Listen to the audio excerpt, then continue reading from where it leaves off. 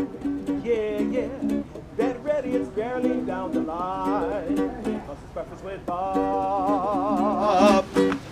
And Poncho Man, everybody.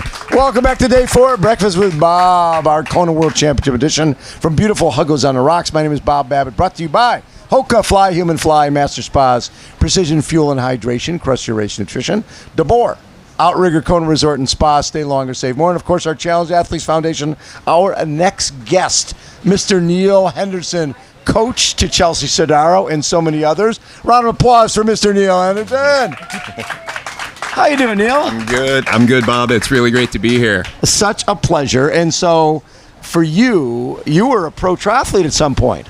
Yeah, I it's kind of like that borderline between elite and professional. Like, right. I think there were a couple $100 to be made at the level of professional I was, but I competed against the best. I put it out there, learned a lot in those 4 years, and it's something that's helped me in coaching others that had far more talent, capability than I had.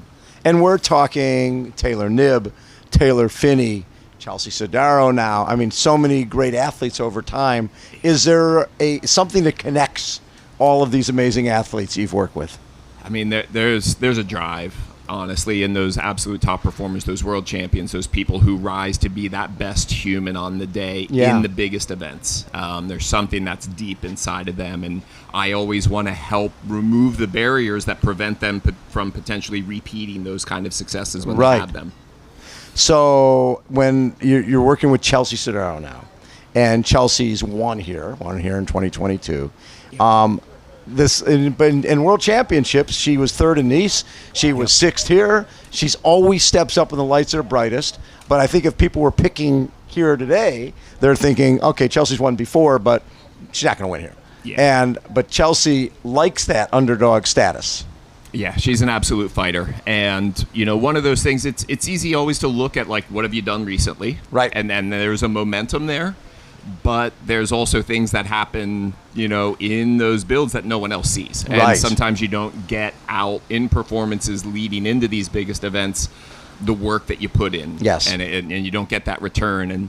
And there's also that difference of those kind of athletes like Chelsea, like, Taylor, like Flora, like Taylor, that rise to the occasion at the biggest events, that the best of them comes out on those days. And that's something that is often different to a lot of athletes. There's some very phenomenal athletes that don't always rise on the biggest day at the Olympics, at the World Championships, et cetera. And so there's something there. Those who have done it, it's always harder to repeat. We haven't seen a female repeating champion in a while Since here. Daniela, really, yeah.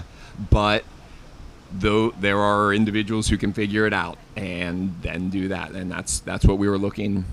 That's what we're here for. So Chelsea just had a training block here. Yep. And I'm assuming you were here for that. Yep. And could you see the progression where all of a sudden she's at one level and then she's at another level? Yes. It was very clear. Like, we had a little glimpse a couple sessions coming into the camp that it's like it may have turned a corner. Right. And once she landed, like, the first session I had her do on the first day was a pretty significant swim, bike, and run, like straight, the day after coming off the plane, coming from Colorado. We don't have this kind of humidity. Right. We have some heat, but we don't have the humidity. And she absolutely crushed that session. It's like, all right, now she's ready. We are in. Yeah. Especially all she has is success here, right? Yeah. She comes here. She's been great every time she's raced here, and this is where her biggest moment came. Yeah. And when nobody expected it. I mean, people thought Chelsea would be certainly a factor, but people weren't expecting her to win. Yeah, her heart is here, honestly. And she, sometimes we say, horses for courses in terms of like certain characteristics of a course, whether it be the weather, whether it be the terrain, whether it be the combination of all of those things. And I do believe that Kona and Chelsea are very well matched for one another. And that, again, putting your head and your heart in those places, man, magic can happen. One of the things I saw this year was switching from bike to bike to bike. And sometimes an athlete, we look at bikes and figure what does it matter? But over the years, in the past, I've seen athletes switch bikes because they got more dollars and they go backwards. Getting the exact right fit for her seemed to be a little of a challenge. Yeah, definitely a process there. And so, we take an objective look at things. I mean, last year at the World Championships, the bike she rode, she got third. Yeah. And we worked from that as a starting baseline, and we did multiple rounds of aerodynamic testing on outdoor track, indoor track, out on the road with sensors, and being able to confirm that the fit and position with the Ventum, with the Tempest, is absolutely putting her in an excellent place. And we've confirmed and been able to continue to refine and do some special things with the front end, with the speed bar, with the aero bars that she's got there, the custom seat post. Like, we got it so dialed that we were able to commit to a locked-in, carbon fiber locked-in seat position. Wow. Down to the millimeter, we are happy and pleased and know that we're ready to rock on that. So when you're setting someone up, it's interesting because when you talk cycling, I remember years ago, Floyd Landis, those guys getting into the wind tunnel. It's a difference getting into the wind tunnel, doing a time trial, or doing a time trial where you have to run afterwards. You can get really aggressive on your position when you're not having to get off and run. For sure, and that's the whole thing. We're looking at it from the perspective of an Ironman. Is her goal, even though she does some other distance races, some shorter races.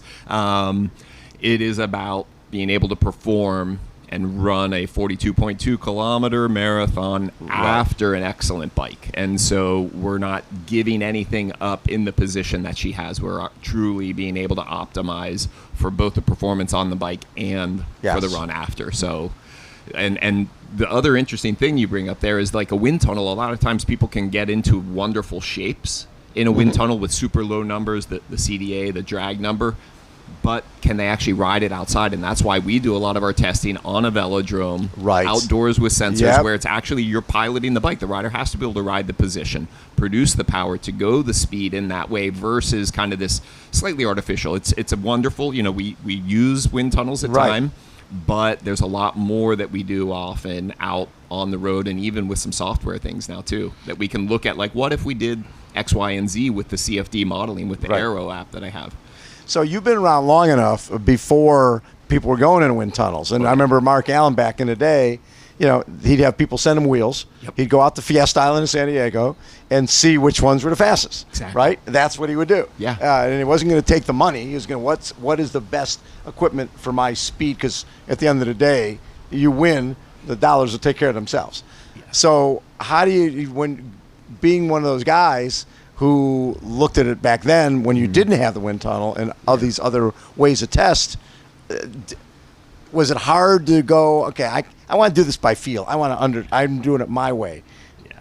Being able to accept some of the science part can be difficult. Yeah, it's one of those things that being able to repeatedly show that a given bike position or wheel set or helmet is faster multiple times with these objective measures, it kind of takes the emotion out of it, or the worry or those contexts. And again, Chelsea does come from a performance mindset, and so it of course she's a professional athlete, and being able to have good sponsors and being able to have that financial setup for success is an important part of it. But she's not going to give that at the cost of the best equipment for her to perform her best, because she knows that ultimately it is the racing and the performance that matters more than anything. And so she's aligned with really good companies and sponsors that support that vision and mission and approach. So I look at your training athletes for Xterra, for winter triathlon, for track cycling, for triathlon, for para-triathlon, for paracycling. That's a hell of a balance. Yeah, I think there's something to be said for having a broad range of experiences and to pull from outside of that one narrow channel that we sometimes get into. I was in Kona first in 1999 with several members of the CU Triathlon Club team that I was head coach of at the time. And so I've been here going back a long time. I never raced myself in Kona. I've done several Ironman races. I missed qualifying by one spot in my age group multiple times. It's still my...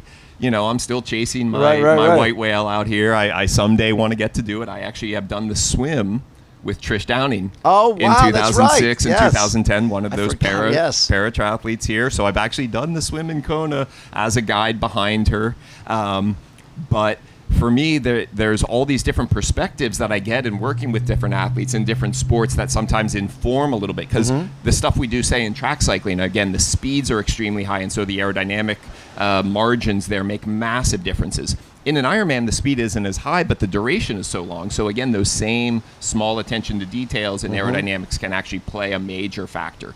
The fueling side of things and what we do here. And so I'm also a physiologist, so doing indirect calorimetry and being able to measure how much carbohydrate and fat somebody is burning at a given intensity is something I started 20 years ago. I did 24 hours of Moab solo just to learn like an ultra event from that perspective, because I'm more like that explosive power by nature athlete. The Xterra fit me really well, but I did 24 hours of Moab, and I really had to dial my nutrition. And so I was talking, I was taking 120 grams of carbohydrate in 2004 doing that, which it's now, the thing again. Now people are actually realizing, this high carbohydrate intake. I had an Ironman champ in 2005 that I worked with consulting who was taking 150 grams back then, which was heresy. Back in the, in the 2000s, like every textbook was from the 1960s that said 40 to 60 grams. So I've learned things in different ways, and being involved in different sports has really helped that too. Well, and also every athlete is different. For in terms sure. of their salt intake. N of one. Yeah. When you work with an athlete like Jamie Whitmore, who I think you coached before when she was doing Xterra. Yes. Then she has cancer where the tumor wrapped around her sciatic nerve, and she was going to not be able to run anymore. She's going to have drop foot. And then you coached her to a Paralympic 2016. She wins a gold and silver medal. medal. It's the same athlete, Yeah. same mentality. Jamie, one of the most competitive people I ever met, but different. Yeah. So how do you adapt? Adapt and adjust and meet them where they're at. Where, again, what are the things that potentially are holding them back? Where are the opportunities to gain? So, like, Jamie, as an Xterra athlete, was not big into aerodynamics. No. But she won a silver medal in the individual pursuit on the track. She won multiple world titles in the time trial as well. She won the road race, so she had more tactical sense, but we had to work a lot with some of the aerodynamics and pacing on the track is, again, a totally different thing than the demand of an Xterra, the technical skills. Again, she had technical riding skills, but that ability to be very precise with her effort, pacing, holding aerodynamic positions, all of these things were, again, where she was able to then create another opportunity for that excellence and to be performing on the biggest world stage. So how do you, when you have an athlete performing and your work is done, right? When you get tomorrow, work is basically done. What do you do on race day besides just sit with your fingers crossed? Well, I mean, you see, I have no hair. That's part of being a coach, I think, and me absorb a lot of that anxiety and stress. And I try not to show it on race day. It's always one of those things that once the race starts, like, there's not much change in trajectory. It's all the work that we've done, sometimes months and years in the making, sometimes even longer than, many, many years. And so I'm going to be out there in whatever way I can. So last year, like as an example with Chelsea, I was there the week before the race, and we rode the course, and there were a lot of things. I had previewed the course myself before she got there. What a challenging had course. Video, had notes, all of these things, and then rode different segments, different days before I left. On race day, I just stayed up all night in Boulder, Colorado, in my basement, watching the race and following along and texting with her husband, because I knew, in a way, in that race especially, there wasn't much I could do on race day. This one here, it's a little bit different, that, being able to come for this training camp for an extended period and being here all this week has been really good, just to kind of set, keep things moving exactly the way we need to do and just dial up or dial back anything on a given day. Like today we had a little tweak in our schedule, and it's for the better. Right. Is it one of those things where you get out on the course just to try to get out to Javi to tell her how she's doing? And Yeah, so I've got my Ventum ES1 e-bike here, and so that's how I've been able to hang with her some days.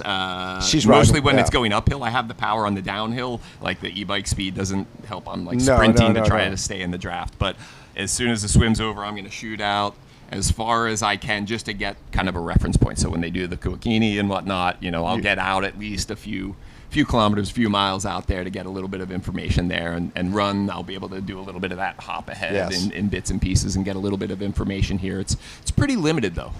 It is. It's not something that you're having a long discussion with at all. No. It's very clear. You're cheerleader at that point. Yeah, like cheerleader and maybe splits. I give the example, like I've coached 2 athletes to world records in the hour record on the track, where it's a simple event. It's not easy. Simple. Right. One bike, one gear, go as far as you can in 1 hour. And we keep it simple because they're going by me at in excess of 30 miles an hour, both the men and the women. And so, like, they're flying by at such a speed that there's literally 3 commands: either a little faster, a little slower, or good. That's it. Up, steady, and it's just keep it simple, because you can't process a lot in you the don't race. think you want well to in keep races. it simple, clear, concise. Love it. Neal, thank you so much for taking time. I learn a lot every time I talk to one of our elite coaches. I appreciate your time. I appreciate being here, Bob. Thank you so much. All right, Neal Henderson, everybody. Pancho Man, take us out. Thank you, bud. Sky painted my nails, so I don't know if you noticed it. They're starting to pop. Big Island surfing, and it's breakfast with Bob. Pretty fingernails. Hey, way to go. Pancho Man, everybody.